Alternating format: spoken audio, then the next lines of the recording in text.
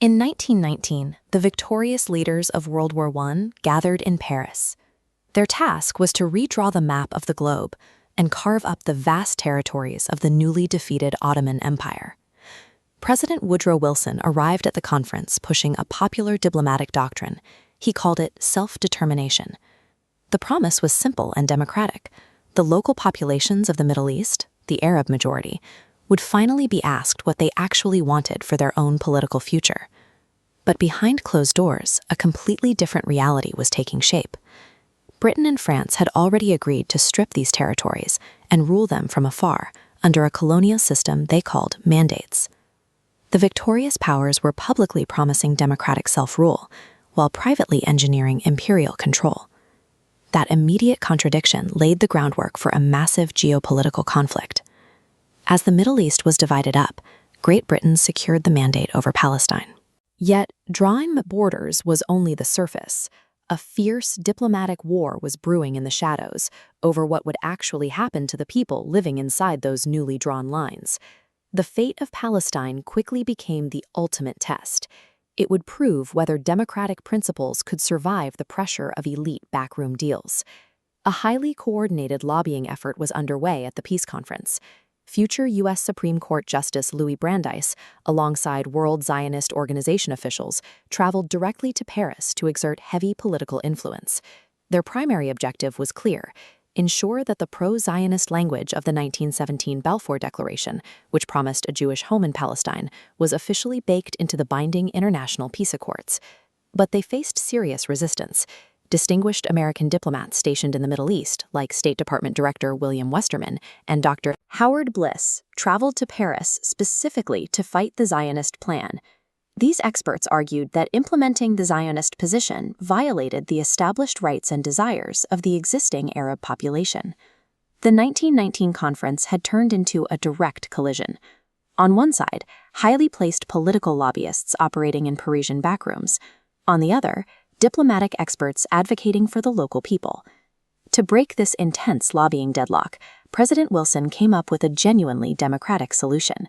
He dispatched a formal commission directly to Palestine to ask the local population what they actually wanted.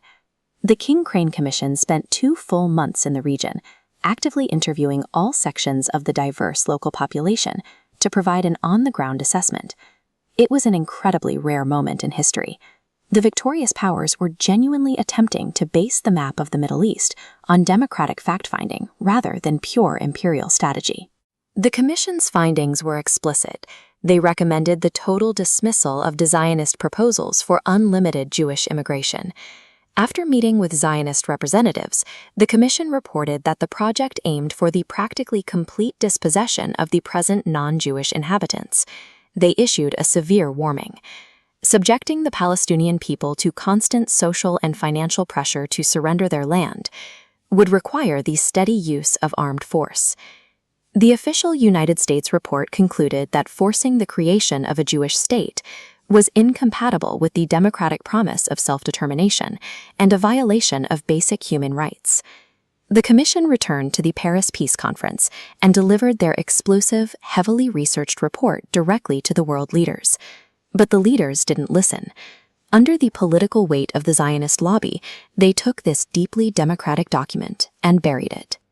Because high-placed Zionists were embedded within the official U.S. delegation, the group prioritized Zionist directives over the warnings of its own field experts. When the Palestine Mandate was finalized, it incorporated the pro-Zionist language. Intense, coordinated political pressure had effectively vetoed the democratic desires of an entire region.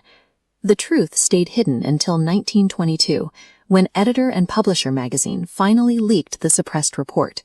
The editors expressed absolute outrage, noting that vital facts had been intentionally concealed and perverted. Historians note that burying the King Crane report successfully removed a primary internal check, clearing the path for the Zionist movement to proceed with the support of the mandate system. The suppression of these warnings removed a major obstacle to the region's reorganization, allowing imperial and social pressures to shape a new century of maps and conflict. If you found this history as eye-opening as we did, please gently tap that like button, subscribe to the Bookish Breakdown, and hit the notification bell. We have plenty more suppressed histories to uncover together. See you in the next episode.